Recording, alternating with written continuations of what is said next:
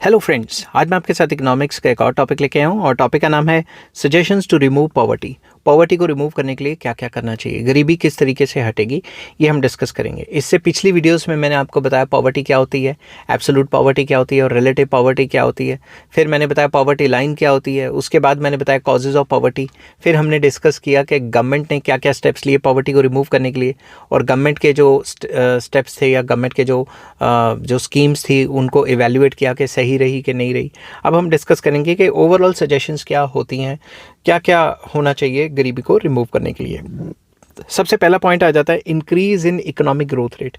देश की तरक्की का रेट थोड़ा ज़्यादा करो ताकि उसका जो फ़ायदा है वो गरीबों को भी हो सके। ठीक है, slow rate of economic growth is one of the main causes of poverty in India. India में मेन जो है, देश ही तरक्की नहीं करेगा तो गरीब लोग अमीर कहाँ से होंगे।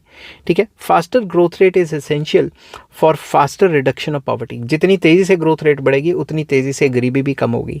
To remove poverty it is essential to accelerate the rate of economic growth. वही बात दोबारा लिख रही हैं ताकि 3-4 लाइनें भर जाएं और पेपर में अच्छा लगे।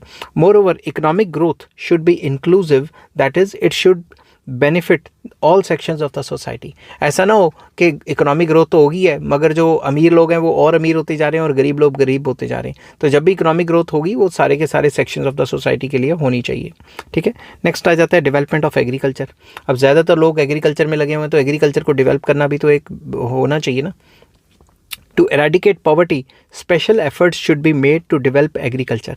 एग्रीकल्चर को डेवलप करने के लिए स्पेशल एफर्ट्स लेके आने चाहिए। जैसे 1960s में ग्रीन रेवोल्यूशन आया था, वैसा ही कोई प्रोग्राम लॉन्च करो ताकि जो ज़्यादातर पॉपुलेशन जो एग्रीकल्चर में एंगेज्ड है वो और ज़्यादा इफेक्टिवली काम करे।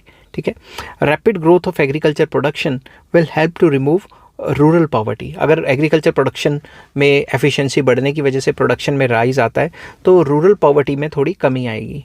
Agriculture must be mechanised and modernised. Agriculture को मशीनों से इस्तेमाल से काम ज़्यादा से ज़्यादा करना चाहिए, मॉडर्नाइज तरीके से करना चाहिए। Use of better seeds, chemical fertilisers should be increase. तो ये सारी मॉडर्न मेथड्स को इंक्रीज़ करो ताकि फ़ायदा हो। Irrigation facilities should be provided. Irrigation facilities provide करवानी चाहिए सरकार को।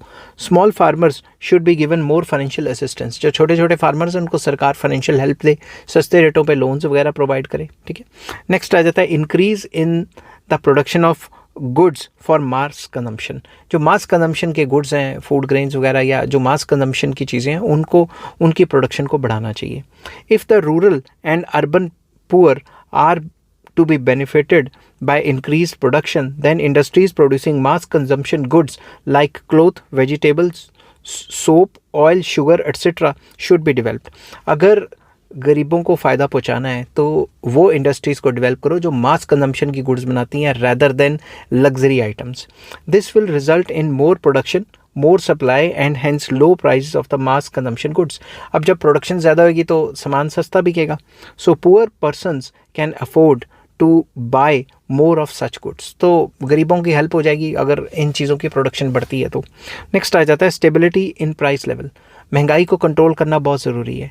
To alleviate poverty in India price level must be stabilise. Prices को स्टेबलाइज करना बहुत ज़रूरी है। If prices continue to rise rapidly the standard of living of the poor will further deteriorate. जो गरीब है वो और गरीब हो जाएगा। To bring about price stability, industries in the country should make full use of their production capacity. There should be no strikes or lockout. Supply of raw materials and electricity should be regulated according to the needs of the industries. तो simple words में price level को control करो, prices को बढ़ने ना दो। और prices बढ़ेंगे कब? जब सप्लाई कम हो जाएगी। तो इंडस्ट्रीज़ को बढ़ावा दो जो कि सप्लाई बढ़ाती हैं। सरकार को स्पेशल स्टेप्स लेने चाहिए ताकि स्ट्राइक्स ना हो, लॉकआउट्स ना हो, रॉ मटेरियल की सप्लाई चलती रहे, इलेक्ट्रिसिटी की सप्लाई हो ताकि इंडस्ट्रीज़ की जो काम करने की जो क्षमता है वो रुके ना। नेक्स्ट आ जाता है check on increase in population. Population को इंक्रीज़ करने में चेक लगाओ कि भाई इतनी ज़्यादा पॉपुलेशन इंक्रीज़ ना हो, सरकार कुछ इंसेंटिव्स वगैरह दे लोगों को। In India population has been rising rapidly, काफ़ी तेज़ी से बढ़ रही है। Growth rate of population is 1.2% per annum. Growth rate of population 1.2% per annum है। इसको मैं पॉलिटिकली और रिलीजियसली जो है नहीं जाऊंगा, मगर पॉलिटिकल और रिलीजियस पॉइंट ऑफ व्यू बहुत लोग देते हैं इस पॉइंट के ऊपर। लोग कहते हैं कि कोई फ़लाँ कम्युनिटी है वो इतने बच्चे पैदा कर लेती है और जो फ़लाँ लोग हैं वो इतने बच्चे पैदा कर लेते हैं। ऐसा अगर असल ज़िंदगी में देखोगे तो नहीं होता। पॉवर्टी जो है वही मेन रीज़न है जिसकी वजह से ज़्यादा बच्चे पैदा किए जाते हैं। जो लोग गरीब हैं वो सोचते हैं कि ज़्यादा बच्चे पैदा करेंगे मतलब ज़्यादा मजदूरियाँ आएंगी, ज़्यादा दिहाड़ियाँ आएंगी, ठीक है। तो हमें जो पॉपुलेशन इंक्रीज़ है उसको with respect to poverty and जो अनएजुकेशन है, जो लोग अनपढ़ हैं, इलिटरेट हैं, उसके रिस्पेक्ट से देखना चाहिए रैदर देन किसी पर्टिकुलर रिलीजन की बात करें, ठीक है। To eradicate poverty it is essential that rise in population be curbed. Population के राइज को कंट्रोल करना चाहिए। कुछ लोग कहते हैं कि फ़लाँ बंदे ज़्यादा बच्चे पैदा कर लेते हैं। अगर मैं अपनी फैमिली की बात करूं या अपने आगे पीछे की बात करूं तो इतने ज़्यादा बच्चे तो किसी ने भी नहीं किए। मगर जो लोग ये बात करते हैं, जो पॉलिटिशियंस हैं, जो ये इन मुद्दों को उठा के अपनी पॉलिटिक्स में जगह बनाना चाहते हैं, जब आप उनके बच्चों को देखोगे, उनके कितने कितने बच्चे हैं, तो आपको खुद ही पता लग जाएगा। तो कहने की बात ये कि हर एक चीज़ को पॉलिटिसाइज करना भी एक बुरी बात है, ठीक है। मैं यहाँ पे पॉलिटिक्स नहीं खेल रहा हूँ, मैं किसी गवर्नमेंट के अगेंस्ट नहीं हूँ। मैं ये कह रहा हूँ कि सरकार इंसेंटिव्स दे कि भाई जिनके इतने इतने बच्चे हैं उनको गवर्नमेंट की स्कीम्स में इतना फ़ायदा होगा और जिनके इतने इतने बच्चे नहीं हैं, उससे ज़्यादा हैं, तो उनको गवर्नमेंट की स्कीम्स में ये फ़ायदा नहीं ले पाएंगे, ठीक है। Publicity with regard to family planning programme should be intensified. तो सरकार को ये स्टेप्स लेने चाहिए कि वो जो फैमिली प्लानिंग प्रोग्राम्स हैं वो ज़्यादा से ज़्यादा लोगों तक पहुंच सकें और लोगों को उनका बेनिफिट हो और लोगों को नॉलेज भी हो। नेक्स्ट आ जाता है इंक्रीज़ इन एम्प्लॉयमेंट को बढ़ाया जाए with a view to removing poverty special efforts should be made to increase employment opportunities. तो सरकार एम्प्लॉयमेंट अपॉर्चुनिटीज़ को बढ़ाने के लिए कुछ ना कुछ काम करे। There are more opportunities of generating employment in rural areas में ज़्यादा अपॉर्चुनिटीज़ हैं कि और ज़्यादा वहाँ काम खोला जाए। नॉन एग्रीकल्चर जो एग्रीकल्चर सेक्टर के लोग जब ऑफ सीज़न में बैठते हैं तो जो नॉन एग्रीकल्चर सेक्टर्स में जो काम है वो भी वो कर पाएँ। फॉर एग्जांपल छोटी मोटी कोई मशीन बना लें या छोटा मोटा कोई काम कर लें या नॉन फार्म एक्टिविटी कोई कर लें, समझ की बात। Bye adopting multiple cropping under employment and disguised unemployment in agriculture sector can be brought down आना था, कैन बी ब्रॉट डाउन, तो मतलब इनको भी रिड्यूस किया जा सकता है, ठीक है। तो कॉटेज इंडस्ट्रीज़ खोल देनी चाहिए, कंस्ट्रक्शन वर्क को लॉन्च करना चाहिए। रूरल एरियाज़ में कोई डैम बनाने की कोशिश करो, कोई इरिगेशन प्रोजेक्ट लाओ, कोई सड़कें अच्छी बनाओ, समझ की बात। Small industries, transport etcetera should be expanded in urban areas by introducing necessary changes in education policy. Educated unemployed can be provided job opportunities. तो एक तो इंफ्रास्ट्रक्चर बनाए सरकार अच्छा, उसमें भी लोगों को जॉब्स मिलेंगी। एजुकेशन पॉलिसी में चेंज करे ताकि एजुकेशन को जॉब ओरिएंटेड कर दे, समझ की बात।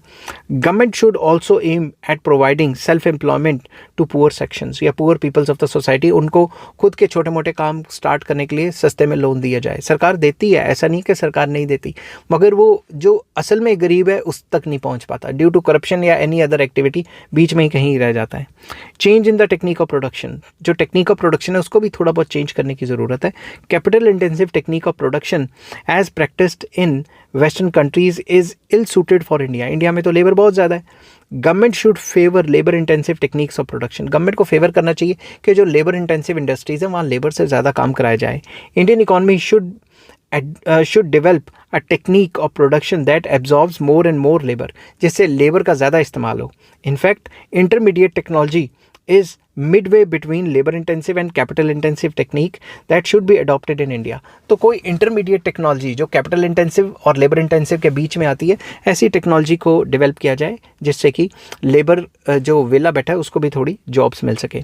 It will lead to more employment and help to eradicate poverty. इससे गरीबी हटेगी और अनएम्प्लॉयमेंट ज़्यादा से ज़्यादा जो है कम होगी या एम्प्लॉयमेंट मिलेगी, एक ही बात है। Reduction in inequality of income and wealth, जो इनइक्वालिटीज़ हैं इनकम और वेल्थ में, उसको रिड्यूस करने की ज़रूरत है।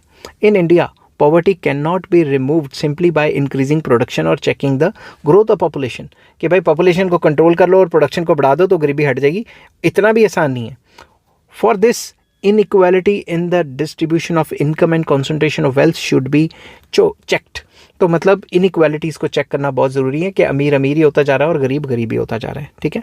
Government can reduce inequality of income and check concentration of wealth by pursuing physical and licensing policies. सरकार अमीर पे टैक्स लगाए और गरीब को सब्सिडी वगैरह दे। More taxes should be levied on rich persons and the revenue so generated should be used for the welfare of the poor sections of the society. तो सिंपल वर्ड्स में जो अमीरों से टैक्स इकट्ठा करती है सरकार, वो गरीबों के ऊपर खर्च करे तो इनइक्वालिटीज़ कम हो सकती है। नेक्स्ट आ जाता है more concessions to backward areas. In India proportion of poor in some states like Odisha, Bihar, Odisha मुंह से निकलता है क्योंकि पहले इसका नाम ओडिशा होता था, बाद में ओडिशा पड़ गया, ठीक है। Bihar, Jharkhand, Chhattisgarh, Assam etcetera is greater than the other states. जहाँ पे गरीबी ज़्यादा वहाँ पे सरकार ज़्यादा कंसेशन दे। Government should provide special facilities and concessions to attract private capital investment to backward regions. तो बैकवर्ड रीजन्स में ज़्यादा सरकार इन्वेस्टमेंट को इनकरेज करने के लिए स्टेप्स ले। Public sector enterprises should also be set up in the backward areas, ताकि लोगों को वहाँ पे जॉब्स वगैरह मिलें, ठीक है। नेक्स्ट आ जाता है effective public distribution system. PDS होता है public distribution system. In order to remove poverty, mass consumption goods and food grains etc. should be distributed among the poor population at low prices. सस्ते में उनको food grains provide करवाया जाए through public distribution system. Existing public distribution system is in great need of reorganisation and extension to rural areas. तो जो existing public distribution system चल रहा है वो इतना अच्छा नहीं है, क्योंकि अगर इतना अच्छा होता तो गरीबी कम हो गई होती, ठीक है। तो उसको रीऑर्गेनाइज करने का टाइम आ गया है। नेक्स्ट है effective implementation of poverty alleviation programmes. तो जो भी पॉवर्टी एलिवेशन प्रोग्राम्स चल रहे हैं उनको इफेक्टिवली इम्प्लीमेंट करना भी बहुत ज़रूरी है। Various poverty alleviation programmes have been framed by the government from time to time. सरकार ने टाइम टू टाइम कई प्रोग्राम्स लॉन्च किए हैं, but due to corruption full benefit of these programs does not reach the real beneficiaries. तो जो असल में गरीब हैं उन तक तो ये पहुंचता ही नहीं। Such schemes should be implemented more strictly. तो उनको और ज़्यादा स्ट्रिक्टली इम्प्लीमेंट करने की ज़रूरत है।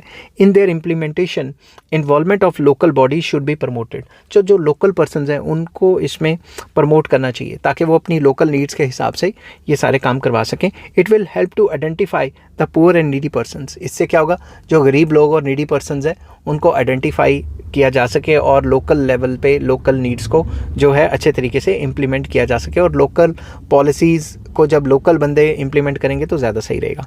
नेक्स्ट आ जाता है change in social outlook. Very important, the social outlook of the population should be change. लोगों की जो सोशल थिंकिंग है थोड़ा बहुत चेंज करने की ज़रूरत है।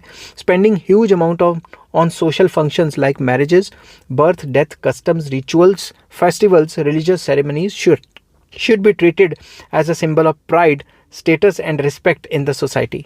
Should not be treated, ठीक है। तो जो लोग इतना सोसाइटी में जो सोशल कस्टम्स रिचुअल्स हैं इनके ऊपर इतना ज़्यादा पैसा खर्च कर देते हैं, it should not be like this. मतलब शादी ब्याह पे इतना पैसा उड़ाना, जो अमीर हैं वो तो चलो उड़ा रहे हैं, जो गरीब या मिडिल क्लास हैं वो भी इतने पैसे उड़ा रहे हैं क्योंकि सोशल कंपल्शंस हैं उनके पास, जो है वो तो ख़त्म ही हो गया, उल्टा लोन भी ले लिया, तो उससे उनकी वो कब निकलेंगे गरीबी से, उल्टा वो गरीबी की दलदल में और फंस जाएंगे। The concept of simple marriage and simplicity in all social functions should be promoted among all sections of the society. Simplicity को एनकरेज करना चाहिए, सिंपल मैरिजेस को एनकरेज करना चाहिए और जो सोशल फंक्शंस हैं उनको सादगी से करना चाहिए। तो मेन मकसद शादी का पैसे उड़ाना या इतना ज़्यादा करना नहीं होना चाहिए। मेन मकसद होना चाहिए कि जो दो फैमिलीज़ हैं वो आपस में मिलें और एक अच्छे फ्यूचर को देखें। तो मेरे जितने भी दोस्त हैं मैं उनको रिकमेंड करता हूँ कि अगर उन्होंने शादी वगैरह करनी है तो बजाय इसके 50, 60, 70 लाख, 1 करोड़ जितने भी उनकी कैपेसिटी से ज़्यादा वो खर्च करने को तैयार हो जाते हैं अपनी शादियों पे, इससे तो अच्छा है कि वो अपने पास या अपने जिन बच्चों की शादियां हो रही हैं उनको उतना पैसा दे दें या फिर उनको फिक्स डिपॉजिट कर दें बैंक में कि उनको हर महीने उतना रेट ऑफ इंटरेस्ट आता रहे ताकि वो अपनी लाइफ को और ज़्यादा पहले से खुशनुमा बना सकें। जो अमीर है उसको कोई फ़र्क नहीं पड़ेगा, मगर जो मिडिल क्लास हैं और जो गरीब हैं उनके लिए ये बात मैं कह रहा हूँ। आई होप ये वीडियो आपको पसंद आई होगी। अगर पसंद आती है तो please like, share and subscribe. Take care, bye bye.